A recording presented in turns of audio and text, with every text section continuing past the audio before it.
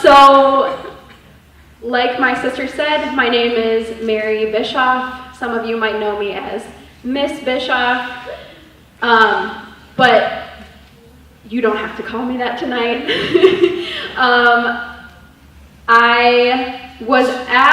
Elizabeth asked me a couple weeks ago, she said, we want you to speak at BeLoved, what would you like to talk about? And I was about to take this trip with my family. I'm the oldest of four. My mom and my dad took us to Yellowstone.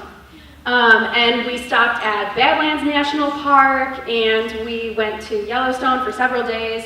Then we ended up in Teton National Park, and so I was like, this is gonna be amazing. And so I think I should talk about nature. And I, like Renee said, excuse me, you got me sick, okay, I'm so mad at you. Like my sister said, I've always wanted to be like the nature girl. Growing up, I was definitely a tomboy. My sister got all of the girl jeans. I mean, like, literally she's wearing pink jeans right now, and I'm wearing like black and blue. But I didn't really know what direction to take with this because I love being outside, and thank you so much. I love being outside, and I was like, I could literally teach a class on this, and like, for those of you who took my class this year, especially those of you who read Out of the Silent Planet with me, you know that I like to take things apart. So I sat down to write this talk. I'm not sure how it's going to go. To be honest, every time I practiced this, it went differently than I intended it to, but we prayed for the Holy Spirit to be here and to speak through me, so hopefully this will be good. I'm going to start with something that I wrote to you all. I write better than I talk, so we're just going to start with this, okay? The tomboy in me always wanted to be regarded as a nature girl. I never took the time to unpack why or what such a title would entail. It was just something that appealed to me. Years after being after being that awkward tween tomboy, I have been asked by BLR to speak on nature. What you will hear tonight are some of my ponderings on why that might have been, this desire to be nature girl, and what really matters, which is what it means about me, about you, and about Christ. To write this talk, I am sitting on my back deck. I lit a bonfire in our little cement pit. It is dusk. The air is finally cool and pleasant. The warm tongues of fire click against the logs of wood and produce the warmth needed to keep my chilly toes content. The lightning bugs are beginning to make their evening debut. The birds are singing to one another as if to say, today I sang, tomorrow I will too. But let us settle for now and gather strength for the morning. It is simply wonderful to be back here on this deck. The smell of heat and burning wood floats past me. 3 beautifully crafted books sit at my feet. Now I will begin. So, can we go to the next slide? So as an English teacher, I like to take words apart. I'm a total nerd. I'm not ashamed of it. So I learned that this talk, actually before I even learned that this talk was called I Wonder as I Wander. Even before I knew that, I was looking up the etymology, which means the root for the composition of the word wonder. Because we use that word all the time. We use the word wonderful all the time, like, oh, you're so wonderful, and you know, all of that. And I just thought, like, what does it mean and where does it come from? And every single website and book that I read, because I did go that far, felt the need to include in the article not to be confused with the word wander. And I was like, well, yeah, like they have nothing to do with one another. Why would they be together? And yes, they're one letter off, you know, wonder, wander, it's just a vowel, that's different. But then I learned that this talk was going to be called I Wonder as I Wander, and I kept thinking about it, and it's actually really profound. So Debbie, did you name this talk? She's a prophet. prophet among us. So the word wonder comes from a Germanic root, which is pronounced Wunder. I'm not going to say it like that. But it's a noun to describe a non-earthly action or a thing. So, we hear in the Bible oftentimes Christ did signs and wonders. And this was the original use of the word was a noun, and it was a supernatural, something that was not possible on earth, but somehow happened on earth anyway. An occurrence or a thing, okay? And because of the non-earthly nature of the wonder, or a thing being wondered at, we know this, right? Things that are wonderful often make us question, like, where did all the beauty come from, right? What's the source? Who made it? Why did they make it? What's the point, right? And it's supposed to direct our attention upwards to Christ because he is the creator of all these things. So I thought, okay, interesting, wonder, direction, upwards, right, to heaven, to Christ. And then we had, in every one of these articles, we had wander, which is the exact opposite. And it is a completely unrelated root word. It means an aimless movement of the body or the mind. The body, physical, earthly thing. The mind, physical or, mental, earthly thing, right? And then wander, which implies absolutely zero direction. Any of you have younger siblings? Who here has a younger sibling that's like under the age of 4? Okay, keep your hand up if you've seen that child in the morning doing one of these, right? They're just kind of like, you don't know where they're going, they don't know where they're going. It's really cute, but it's also like kind of stressful because you're like, am I going to bump into them? Like, I don't know what's happening here. Okay, so it's interesting that this talk is called I Wonder as I Wander because wandering implies that you are doing something aimless, but wonder implies that there is a direction. And so this talk, hopefully, will help you to understand that even in wandering, there's always a direction, right? There's always a direction. Some of you may, not know what you're going to be when you grow up, or you might not know where you're going to go to high school. Well, it's kind of the late summer, so I hope most of you do. But, there are things in life that are not definite, and we feel like we're wandering, but wonder will always direct your attention in the right way, okay? So we go to the next slide. So why does this matter? Wonder, which implies an end goal or destination and source, which is heaven and Christ, okay, gives purpose and direction to the wandering we all do in life. And if you have your journal, and if there's like the, one thing that you're going to write from this talk, it would be this. The purpose of wonder is to redirect attention to the purpose and end goal of life. Okay, I'm going to say that again. I'm going to say it way more slowly because it's pretty dense. To redirect attention to the purpose and end goal of life, attaining unity with God in heaven, and seeking after him, after our Lord, while on earth. Okay? A lot of times people feel uncomfortable on earth. You're waiting for the next thing to happen. You're waiting for the next big thing. You're waiting for something to change. And a lot of times people seek comfort and contentment and they can never reach it and they wonder why. And it's simply because this is not your home.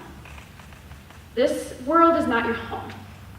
And so many people try to be at home here. And let me just tell you right now, girls, there's nothing wrong with trying to attain peace here on earth, but also at a certain point you have to surrender to the fact that you were made for heaven.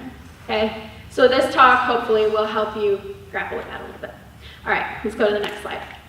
So, I am obviously, you can't read that. If you can, we need to trade eyes. But I'm just going to read it from this book. So, I'm reading this book this summer. It's called Dandelion Wine by Ray Bradbury. If you've ever heard of Fahrenheit 451, same guy, okay? He typically writes sci-fi. This is not sci-fi. This is the dreamiest book you will ever read in your life. I am not kidding. It is like a daydream every day, okay? I read it like every summer, and it never gets old. And if I were to explain what this book was about, like the plot of this book, I don't know if I actually could, because the plot like doesn't matter. And a lot of people read books for the adventure and like to, see what happens. Basically nothing happens in this book. I will tell you right now. Like I've read it so many times and nothing happens. But the premise of the book is that main character, 12-year-old Douglas Spalding, okay, that's his name, such a cute little boy, okay, he's got a little brother named Tom. Douglas discovers for the first time in his life that he is alive. And I want you to think about I just like got chills, like I want you to think about the implications of that, because how many of you thought about the fact that you breathed all day today? Or how many of you, okay, maybe a few of us, or how many of you thought, I need to set an alarm to make sure I blink today, right? You've been alive your whole life, and you've probably spent most of your life not knowing or actively paying attention to the fact that you are indeed so. So I was reading this the other day, and I came across this, and it was a wonderful, per se, dialogue between the two brothers. So I just wanted to read this to you, okay? So the two brothers are talking about, they're going to keep stats of everything they do in the summer, okay? Douglas says to Tom, I'm going to keep score. I'm going to keep track of everything I do.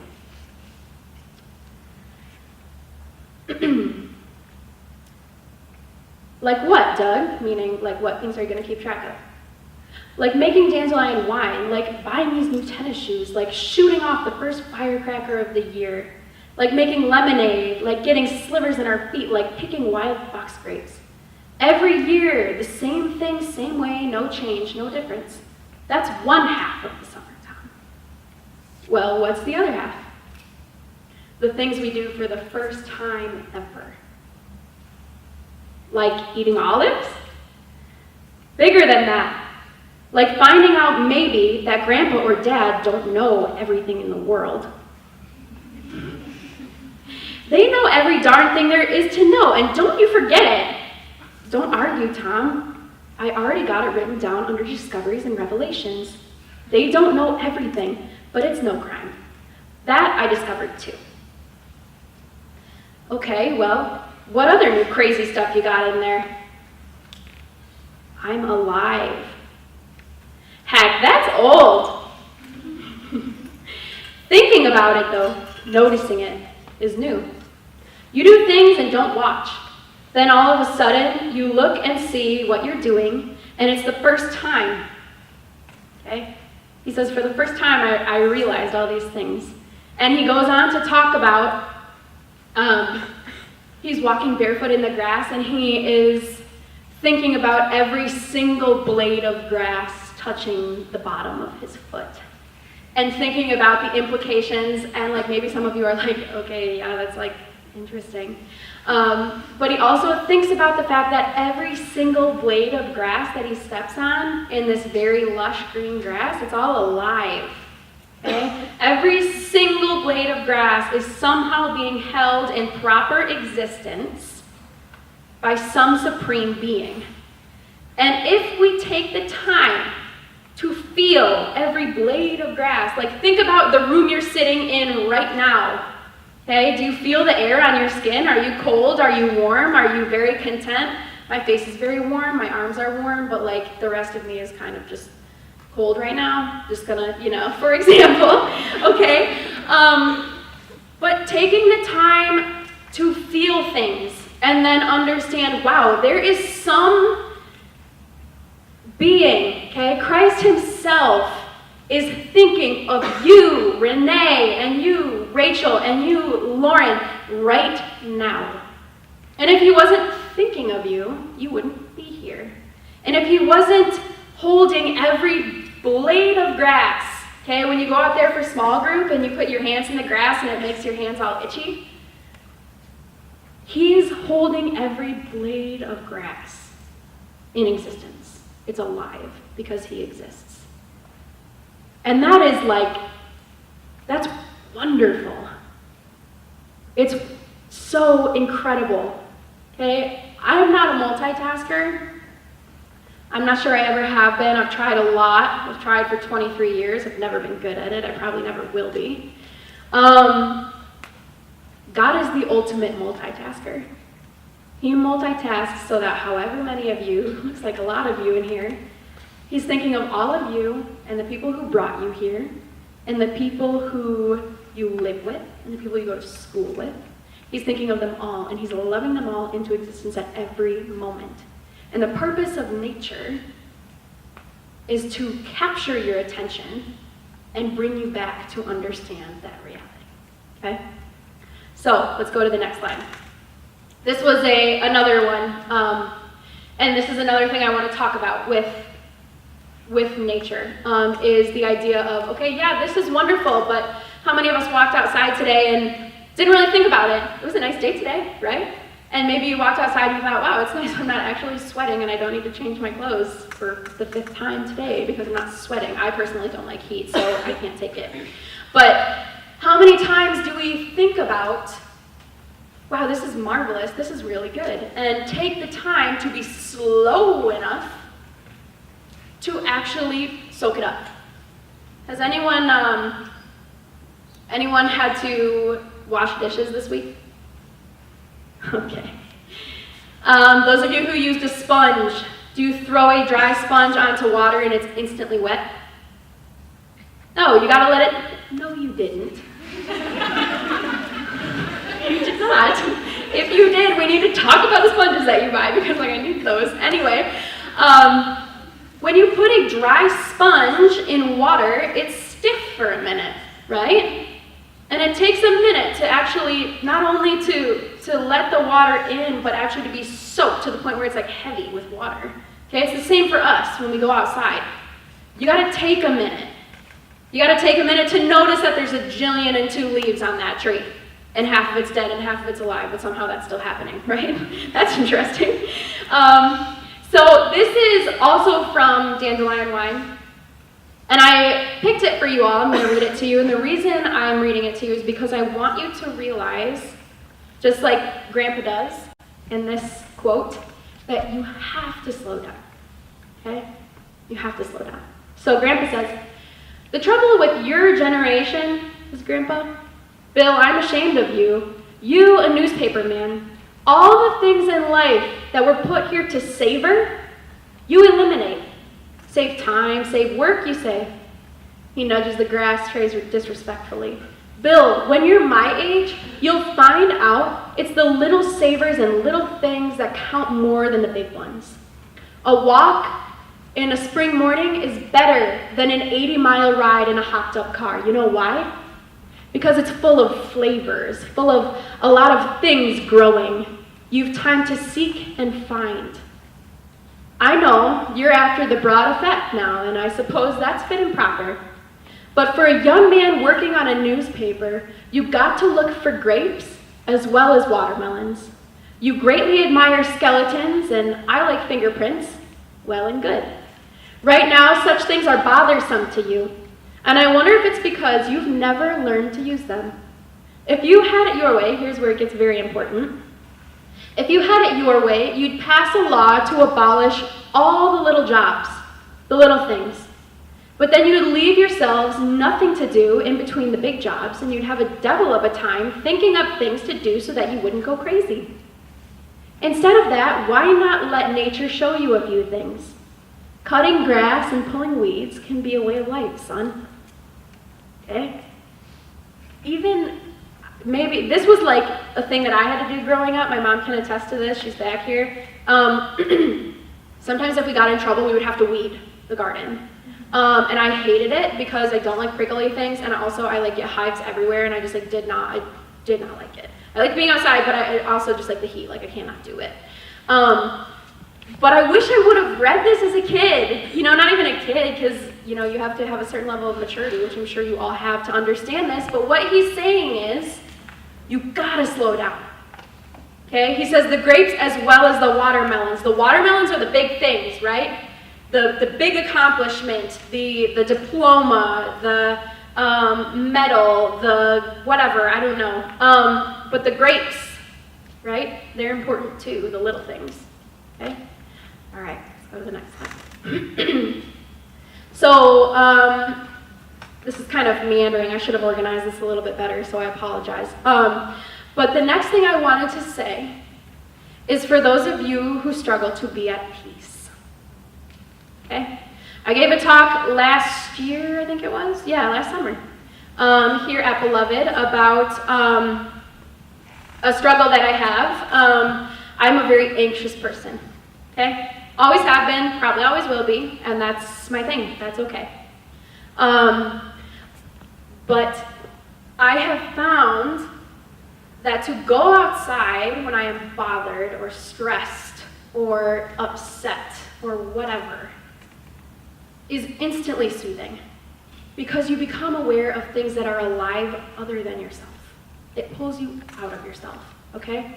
So has anyone here ever read The Diary of Anne Frank? She's amazing, right? She's amazing. I had to read this in college, actually, funny enough. And I came across this during a very difficult semester of my life, and I took it and I pasted it on my wall, and I put it in my planner everywhere. And this is what Anne Frank says. She's 12 years old, okay? The best remedy for those who are afraid, lonely, or unhappy is to go outside, somewhere where they can be quite alone with the heavens, nature, and God.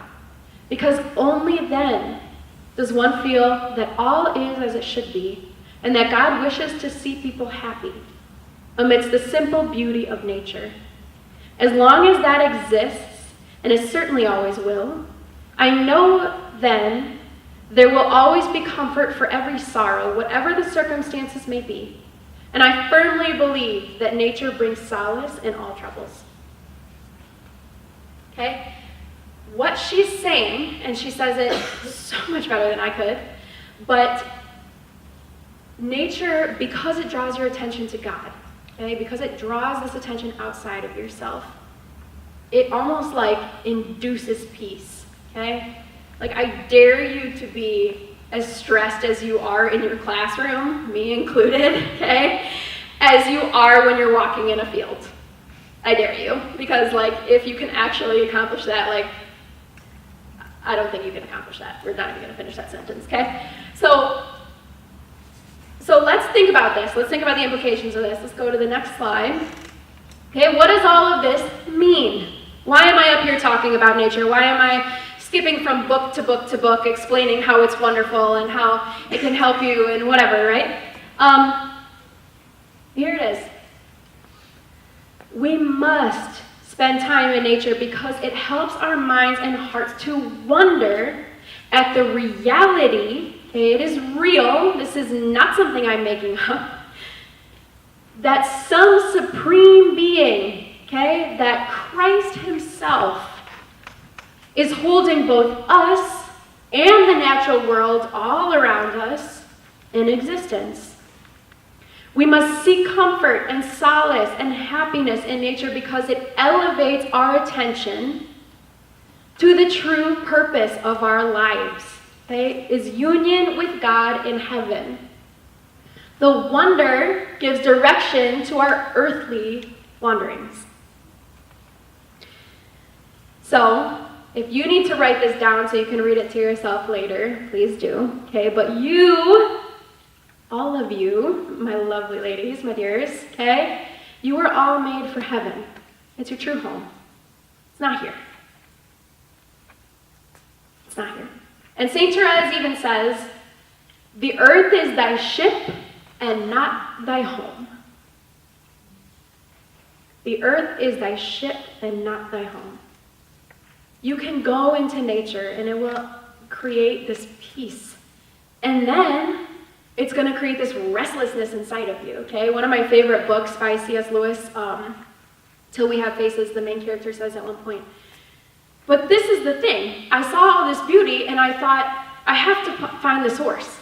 I have to find the place where all the beauty came from, okay? Because it's not just the beauty. In fact, When we were on this vacation, my mom and my sister could attest to this, I got in a very heated Facebook argument with somebody. I do this a lot, probably more than I should, but things get political or they get, like spiritual, and I get more intense than I should, and I do that in every regard in my whole life. I'm just kind of an intense person. So there was this girl that I used to go to college with, and she was like this beautiful soul. Like, I kid you not, like, just like very, she was like a fairy, okay? She was like, I kid you not, first of all, she looked like a fairy. She had like this little pixie cut with like cute little colors in her hair, and she like always wore these like kind of like hippie clothes, and she was like, carried herself well, and she was just like cutesy, okay? And she was wonderful, and she was very smart. And she was like a poet laureate and like amazing, okay? Like things that I will never be. And I'm still friends with her on Facebook, and she posted something about, I don't even remember what it was, but anyway, she said, thank God that we can fill the emptiness of our lives without using God. And I was like, what happened to Kelsey? Like, what happened to this girl that I knew, this like good Christian girl who like was such a cutesy little like brilliant inspiration? And like, I took many classes with her, like I knew her. And I commented back and I said, well, what if the hole in your heart is actually the absence of God, and like it's a God-shaped hole, and like you need him to fill it. And it's not just you having a hole and whatever, it's there. And it turned into this debate of God doesn't exist, we don't need God anymore, but thank God we have the ecosystems that we have here on earth because they make us whole. And like, I'm sitting at breakfast with my family, like sweating bullets, like visibly upset and angry. And they're like, Mary, like enjoy breakfast. And I'm like, okay. Like this girl thinks that ecosystems are gonna make her whole. And I was like, and you laugh, but like, ladies, there are people who think this everywhere. And stop laughing, this is sad. Lauren. Okay, the thing is, she's got half of it right. Like the first half of her reasoning is there, okay? Nature is beautiful, we ought to appreciate it, it fulfills us. Way to go. You get half credit.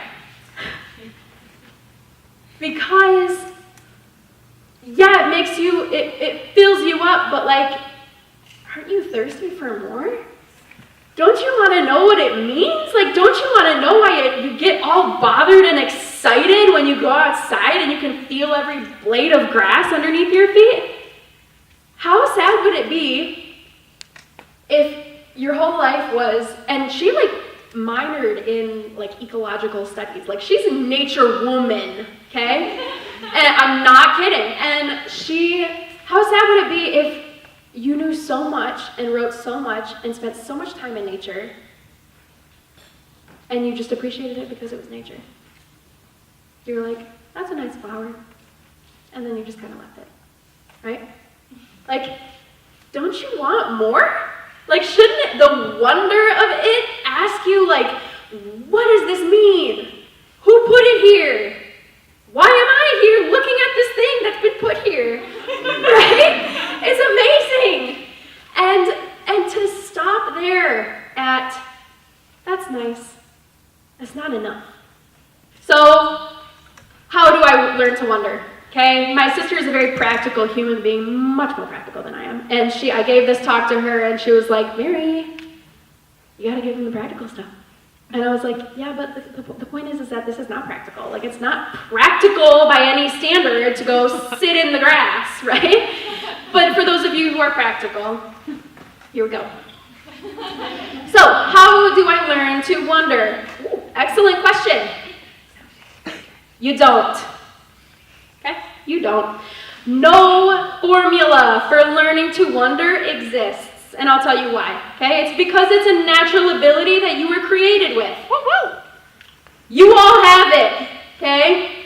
All of you. If you have a brain in your head and a heart in your chest and a soul, you got it. You're there, okay? So, I don't know why that was funny. Anyway, my suggestion, though, is taking time. Okay, think back about the quote about how weeding in the garden is important. You got to take the time. You got to cultivate it. Okay? Use your 5 senses. Sit outside. Okay? What do you see? What do you hear? What do you smell? What do you physically feel? Okay? And maybe if you're just the ice cream man just came, what do you taste? I don't know. So this is the this is your as close as I come to how do you do this. Okay? So I'm going to, I think we're going to wrap up in a second, but let's go to the next one. I just want to show you some things. So this is from my trip, my family's trip that we just took. And I'm going to show you some of these pictures because, has anyone here been to Yellowstone? Okay. Or just like any raise your hand. You're literally there with me.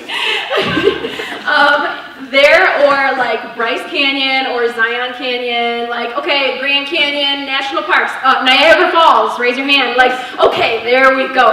Okay, good. So we've all been to these like amazing, cool, big, larger than life places, okay? I'm gonna show you a few. This is Renee and me. This is a waterfall. It looks very small in the picture.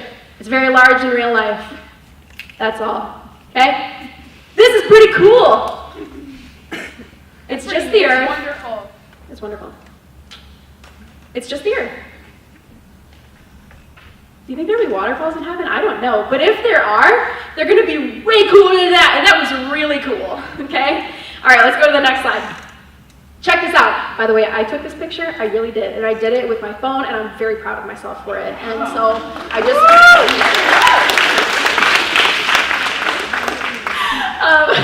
shameless plug. This is pretty amazing. Okay, we were driving through the Badlands National Park and a thunderstorm blew through. The sky was literally glowing and there was heat lightning everywhere. Pretty amazing, right? Still the earth. Okay, next slide. This is cool. This is also Badlands. This is me, this tiny little thing right there. That little bug is me. That's pretty cool. I wish you could see the piano. That's pretty neat. Just the earth. Next slide. Heavenly. Wow. This is real, by the way. This is very real. There are no filters on this picture. It's called, yeah, I know, right? I saw it and I was like, Lord, you are too good. Like, that is cool, okay? That is so cool. This is called, what? He's flirting. He's flirting. The Lord is flirting. Yes and no, I don't know. Okay, this is called Grand Prismatic Pool. For those of you who are interested in biology or understand science whatsoever, I'm not one of those people. Ask my sister after this, I'm not kidding, like seriously, ask her about the science of this. This pool is like, correct me if I'm wrong, but this pool is like so hot that the water in it becomes like sterile, like nothing can, like no bacteria or like creepy crawly anything that's how I would describe it, can exist in this pool. And it's like really deep. And so these colors are like I said, like this is not a filter, this is for real, okay? So cool, right? Still the earth. Still not as marvelous as what we're supposed to think about when we see this.